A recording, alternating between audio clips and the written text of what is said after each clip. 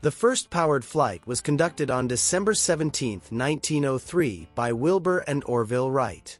To give you a better context of 1903, here are some other key events that happened during this year. The first public two-way wireless communication happened during January when a message from President Theodore Roosevelt was translated in International Morse code and sent to King Edward VII in England. The American motorbike brand Harley-Davidson was founded in Milwaukee, Wisconsin. The first box of Crayola crayons was made and sold, which contained 8 colors. Emmeline Pankhurst and others founded the Women's Social and Political Union, WSPU, to campaign for women's suffrage. January 22, the Hay-Herran Treaty grants the United States a renewable lease in perpetuity from Colombia on the land proposed for the Panama Canal. February 14, the U.S. Census Bureau becomes part of the new U.S. Department of Commerce and Labor. Also, the first silent film debuts, The Great Train Robbery.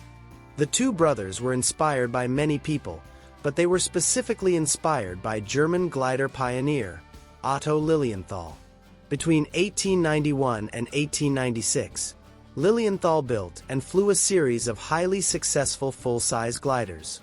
During this period, Lilienthal made close to 2,000 brief flights in 16 different designs based on aerodynamic research he conducted in the 1870s and 1880s.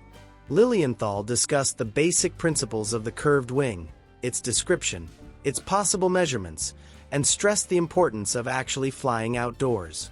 Unfortunately, Lilienthal died following a glider crash in 1896, was officially ascribed to a fracture of the cervical spine. The Wrights stated later that it was the news of Lilienthal's death that stimulated them to focus their interest on the problem of flight. The brothers then started their journey on building a flying machine with 4 years of research and experimentation at Kitty Hawk, North Carolina in 1899. The brothers created and tested 3 full-sized gliders with each separate one testing control, aerodynamics, and structures between 1900 and 1903.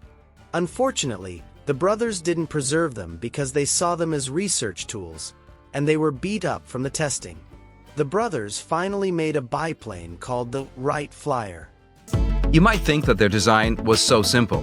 The propellers move the aircraft forward, the wings produce the lift, and the aircraft stays in the air. But when you examine it closely, you will be amazed by the numerous ingenious technologies these high school dropouts developed 100 years ago. Their design was so complete that even the current modern aircraft use the same principles of flight. This biplane utilized a unique control system. This system involved wing warping for lateral stability, a forward elevator for pitch control, and a rear rudder for yaw. This was all operated by the pilot laying on the lower wing and shifting their hips to manipulate the controls. The biplane was being powered by a small gasoline engine powering twin propellers to generate thrust, allowing the plane to lift off and maintain controlled flight for a short period of time. Two brothers prepare to attempt the first catapulted takeoff. Man's age-old dream of flight becomes a reality.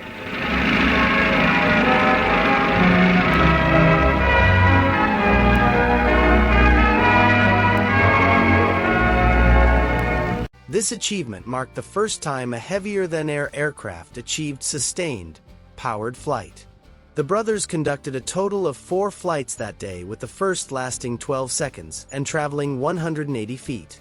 However, on the brothers' 4th and final flight of the day, they traveled 852 feet for 59 seconds. Although their flights are not nearly the same as what modern planes can do, they still did something very amazing. The brothers laid down the foundation for all the great aviation achievements we have today, and what humankind will do with aviation in the future.